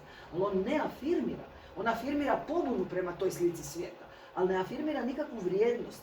Iz koje bi ti rekao, dobro, ovo je loše, ali aha, to je loš primjer, ali sad šta je dobar primjer? Dakle, toga nema. I to meni nedostaje. Sad, kako se to boriti? Vidjet ćemo. Evo, neko piše knjige radi istraživanja. Da li ćete vi sad dalje, onda, dalje bi bilo važno to istraživati i pokazati onda da doista ljudi reagiraju na ovaj ili na onaj način. I to je možda put kojim sada možemo od dole, dakle ovo što ti kažeš, da se gore promijeni nešto, svi bi se promijenili, i mediji, i umjetnost i sve. Ali budući da se ne mijenja i da sad ide to što vlada... Ovo društvo je prožeto time, dobro. Prožeto ja sam uvjerena da to je veliki problem. Da, nekako, ne znam kako. Mi ćemo od dole. Dakle, evo, ovdje je pokrenuta mala izdavačka kuća, mala knjižara, mali razgovori, male priče, dakle malo ljudi, ali, znaš ono, malo svjetlo koje se upadne. Onaj leptir koji je zamahnuo na jednom kraju svijeta, izazvao oluju na drugom, možda u Tibetu nešto napravimo. U skladu sa ovom teorijom kaosa. Ne, uz to ja mislim da smo svi odgovorni prema onome što smo dobili, talentima koje smo dobili, znanje koje imamo i da je svako radi svoju odluku čime će se baviti, što će zagovarati. I ako osjeća nešto da je vrijedno i važno, da se to treba boriti. Evo, jasno. To je nekakva ova priča. Ja se sjećam da ste vi to meni rekli na vašem prvom, odnosno nama na našem prvom predavanju, da jedini način na koji ćemo završiti doktorat i napisati da pišemo ono u što vjerujemo i onom što volimo. Ako ne vjerujemo u to, onda nećemo razumjeti. I nećete izdržati. Naprosto nećete taj napor izdržati. Jer ako moraš, vi ste se bavili tim doktoratom pa valjda 10 godina. Pa da ste čitali neprestano drame koje ne volite, pa stvarno bi završili što ste rekli ovo za Saru Kane. Na psihijatriji. Da. Dakle, Sara Kane je britanska autorica koja je imala ozbiljnih psihičkih problema. Ozbiljnih. Dakle, ona se pokušala ubiti nekoliko puta. Ona je ozbiljno imala dijagnoze. I na kraju se ubila. I sad su onda optužili kritičare koji su njene drame napadali da su loše. A meni se sve čini da su više krivi redatelji koji su je gurali da piše takve mračne i destruktivne drame kojima nema ni malo svjetla. I onda se borila... Mislim da su nju redatelji gurali. Da, redatelji su je ozbiljno gurali i poticali da piše. Čovjek piše ono što ima. Daje ono što ima. Ne može dati ono što nema. Dakle, to je bilo u njoj. Je, ali vidiš kako ti kažeš, psihoanaliza ili oni to pročišćava, a ovo nije pročišćavalo, ovo je zatvaralo, ovo je betoniralo. Ona je izrasla iz nekih tih radionica koje su upravo redatelji organizovali za nove mlade spisateljske talente. Nije bilo u tom trenutku, a recimo ovim subverzivnim dramama na neki način je to za pisce bilo pročišćenje jer su oni svi pisali pomalo autobiografski. Kao O'Neill sa svojim dugom putovanjem u noć. Da, i na primjer Tennessee Williams, on je isto, nije znači prenio direktno te svoje likove, ali je rekao za ovu svoju dramu Tramvaj zvan žudnja, da je to njegova molba ljudima da razumiju te delikatne, drugačije ljude. U stvari on u te svoje različite likove pretočio dijelove svoje ličnosti. Da, to je istina. Ono što je još zanimljivo sad u toj američkoj drami je da ona čuva dakle pisca i dramski tekst, a mi ga nekako malo povremeno gubimo pa mu se vraćamo. Ali kažem, važno je uopće pronaći te neke drugačije drame, pokazati ljudima da oni vide da oni postoje. Jer sad ovo što kažeš, ljudi prolaze kraj izloga i kažu, aj ovo je knjiga, a ko zna šta je unutra, znaš ono, uopće im ne pada na to. Ne da mi se čita. Nego vide koricu i neka zapne im oko i onda gledaju onu ceduljicu gore koja je cijena i produže. I to je, ljudi nemaju tu naviku čitanja.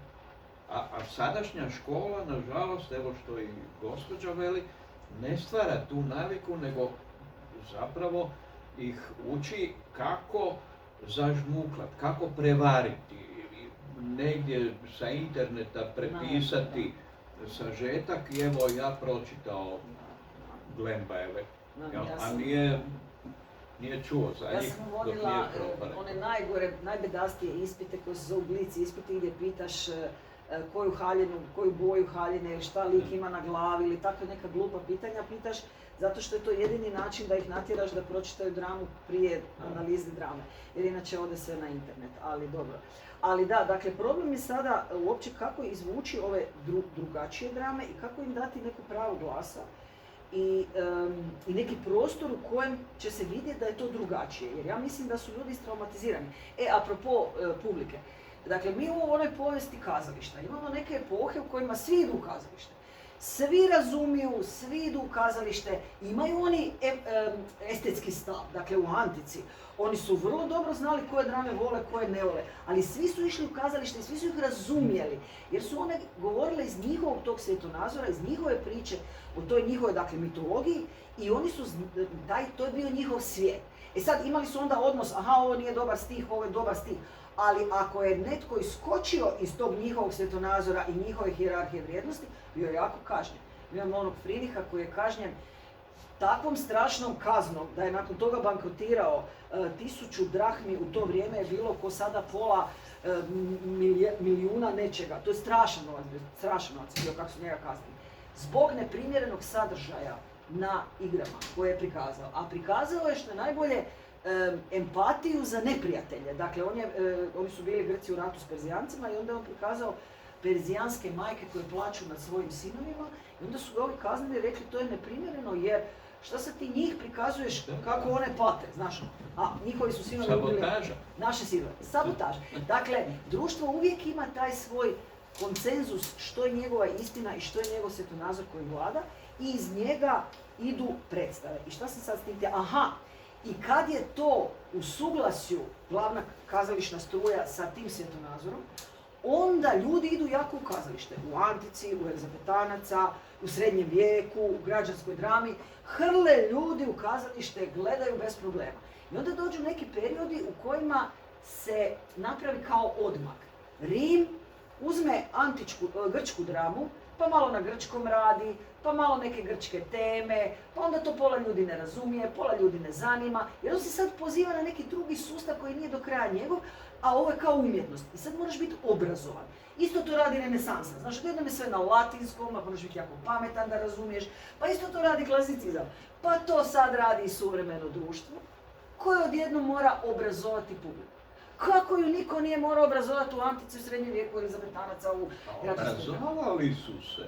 Jesu, ali u kazalištu nisu bježali iz njega, razumiješ? Trčali su u kazalište i borili su se da na kazalištu bude ono što vjeruju. Da, ali mi sada bježimo iz kazališta. Sada imamo televiziju i onda se obrazujemo za kako se ono zove, ne personality, nego... Šta? Kako? Celebrity. A za celebrity, i sad su svi celebrity, svi se moraju na šašarakašiti, ne znam ni ja što. I evo, obrazuju se i to ide. Gle, svako vrijeme ima nekoga ko utiče na ljude koji je celebrity. To je istina. Ako društvo sebi uzme u zadatak da nešto se provede na širokoj razini, onda će to tako biti. Ali to ide iz nekog izvora, iz neke ideje, razumiješ? To mora ići iz jedne ideje. Ne može to sad tako baš svi slučajno nešto. Moraš imati baš svi slučajno, moć. A apropo televizije, Broadway je tvrdio, kad sam ja bila prvi put u Americi 80-ih, onda je bila službena teza smrt Broadwaya. Dakle, kad god bi ja došla u Ameriku, ovako su bile veliki članci novinama smrt Broadwaya. Broadway evo i dan danas živ, 21. A od 80-ih se govori o smrti Broadwaya, još i prije se govorilo, jer došao je radio, rekli su, ma ko će ići u kazalište, evo možemo odslušati radio dramu. Onda je došla televizija pa su rekli, ma ko će ići u kazalište iz cipela kad mogu biti u dnevnom boravku. Onda je došao kino, pa su rekli, pa ko će ići u kazalište, kino puno bolje to prikazuje. Onda su došli video, pa su rekli, pa ko će ići u kazalište, evo uzmeš kazetu pa pogledaš doma. I dan danas kazalište živo, dakle nema veze. Kako žive i ko ide i koliko ljudi tamo kao publika potencijalna postoji. Misliš u Americi ili kod nas? Razlika, evo, Zagreb ima koliko kazališta? 20 i nešto. 20 i Državni. nešto. I plus ove Alternativni da, su ne, puni. nego ove privatne, kao ove kao na rubovima. Da. Da, ova alternativa se više ne računa, ona je sad ušla u glavnu struju. Sad više ITD, više nema smisla jer nam je na HNK-u ta poetika. Ali ima još ovih privatnih što hodaju okolo sa predstavama i prodaju predstave okolo. Ali, dakle, situacija je identična u cijeloj Europi. Jedino što su veći gradovi imaju više ovih okolo što idu. Jer glavno kazalište u Krakovu, u Varšavi, u Berlinu, u Rimu je identično HNK-u. Dakle, po programu i po ideji, i po svjetonazoru, i po zgradi, i po svemu. Dakle, to jedno funkcionira. Isto. Ali Prag ima 100 kazališta još ovih okolo nekih malih koje onda na rubovima drže nekako drugačije kazalište. Ono što je problem, da smo mi u Europi zatukli pisce i da naši pisci jako slijede trendove, odnosno ne puštamo ove druge, nego uzimaju te američke komedije koje su ostavili još te američke pisci postoje i onda sad tamo dominiraju zapravo američke komedije ili ove Vaudeville, ova Egberni, ova kompanija. A meni je žao da ne puštamo naše, ali ako naš napiše takav tekst, ne, to ne može, to nikako ne može, to ne valja, a onda ajde uzmu Amerikanca pa onda njega igraju. A moraju igrati nešto što publika ipak može komunicirati s njim. Fenomen Gavran. Gavran je fenomen što publika povremeno, dakle kazalište mora imati i stvari koje publika hoće gledati. A Gavran piše iz tih nekih afirmacija vrijednosti. Dakle, on uvijek ima ozbiljne probleme, ali on ima neki svijet koji nosi smisao. I onda to ljudi vole gledati i razumiju. I on je uspio, ali on je uspio sam sa sobom. Dakle, njega nije nikakva država gurala, njega nije kanon gurao, njega nije guralo ništa. To. Kao skijaše, kao plivače, kao sve ostalo kod nas, svi naši uspješni ljudi su obiteljski tenisači, sve što god od prije još. A dobro, u nogometu smo bili treći. Molim? Bili smo treći u nogometu. Znači drugi. Sad smo drugi u nogometu. Čekaj, ali za Hrvatsku od 4 milijuna stanovnika, oprosti, to je nepojmljivo zapravo kako se uopće može dogoditi. Ja? Shvaćaš? Da, dakle, Gavran je poseban fenomen. Jedino ali ako obitelj gura, neko mora biti moćan ko će gurati.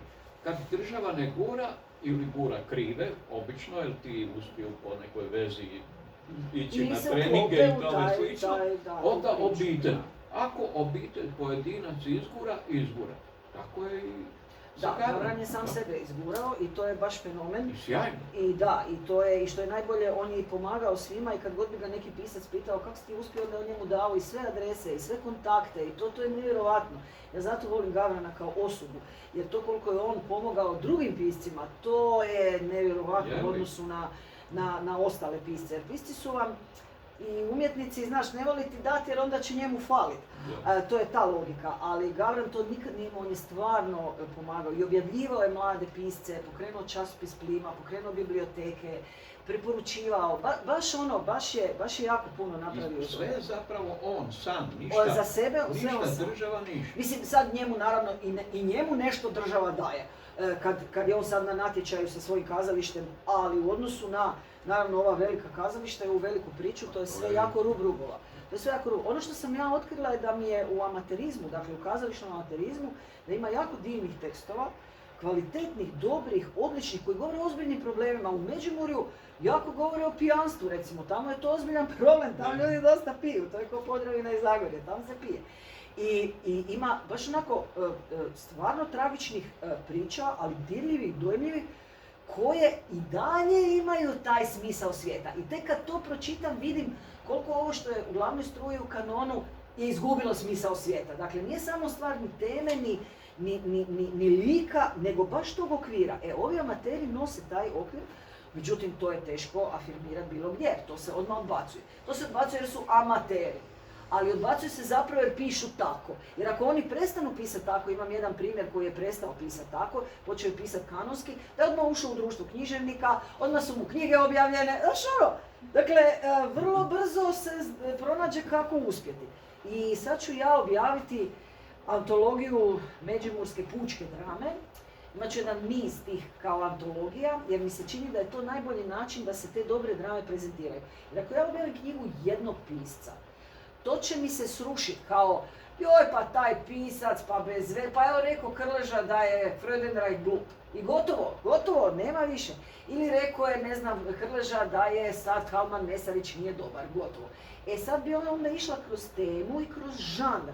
Dakle, pokazala da evo ima 10 kvalitetnih drama koje se bave nekom temom ili nekim žanrom, dakle pučka drama, to su seljaci na sceni, suvremene teme, da je to kvalitetno, pa kog zanima nek pogleda. Možda je to način, onda ne znam neku drugu temu, recimo mene jako intrigira tema pozitivan lik svećenika u hrvatskoj drami. Ne bi vjerovali, ali postoji. To su zanimljive drame. Dakle, tako neke stvari koje možda, još smo planirali iz Rimsko-Frankopane antologiju napraviti iduće godine. Dakle, tako ili kroz neke teme, ili kroz neke žanrove, ili komediju, pokazati zanimljive komedije. Pokazati da to postoji, da je to dobro, ali čini mi se da je antologija bolji put jer onda je više argumenata na hrpi. Znači, kad objaviš, ili se da ja objavim ti jednu toliko dramu. knjiga otisneš, nemaš potencijala, naravno, pa čuj, čisto... To, jer nemam dovoljno snage, a novaca da ne govorim, nemam ništa novaca, ali nemam ni snage fizički da se izborim sad za 10 knjiga godišnje, to nikako ne mogu. Dakle, moram 2 godišnje i sad moram vidjeti šta je najkorisnije u ovom cilju koji bi mi htjeli postići. Tako da evo, sad imamo teorijsku knjigu koja dokazuje a. da katarza postoji danas, b. da katarza čisti emocije i danas, c.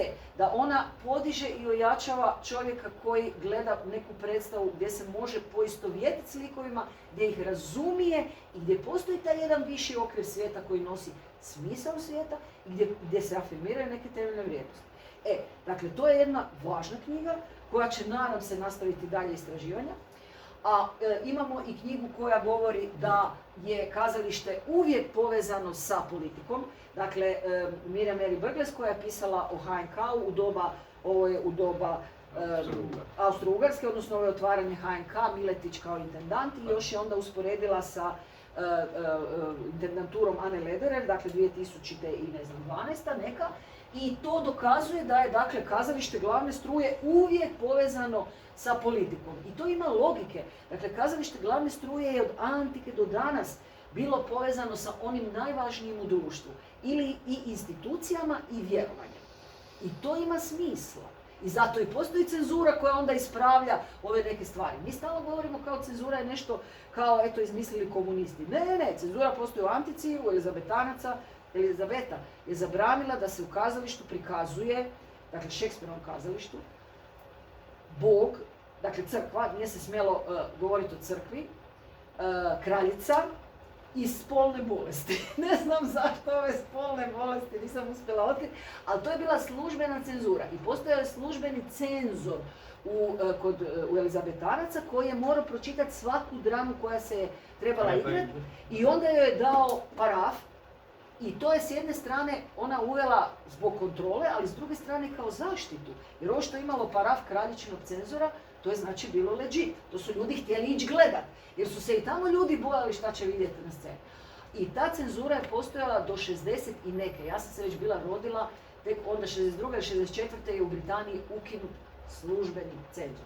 Dakle, cenzura je način kako se društvo brani protiv sadržaja koje smatra neprimjerenima ovome. Mi danas nemamo nikakvo pravo glasa protiv glavne struje, a kamoli cenzuru. Tako da je sad jedna priča neobična u kojoj mislim da je dobro se boriti za pravo na lijepo, dobro, sveto s pozitivnim primjerima.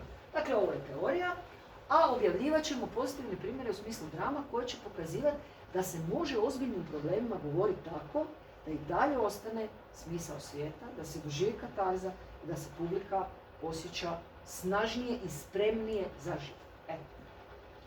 To je Hvala jedan lijepo. završetak ovog Bravo. okruglog Hvala. stola. Hvala. Bravo.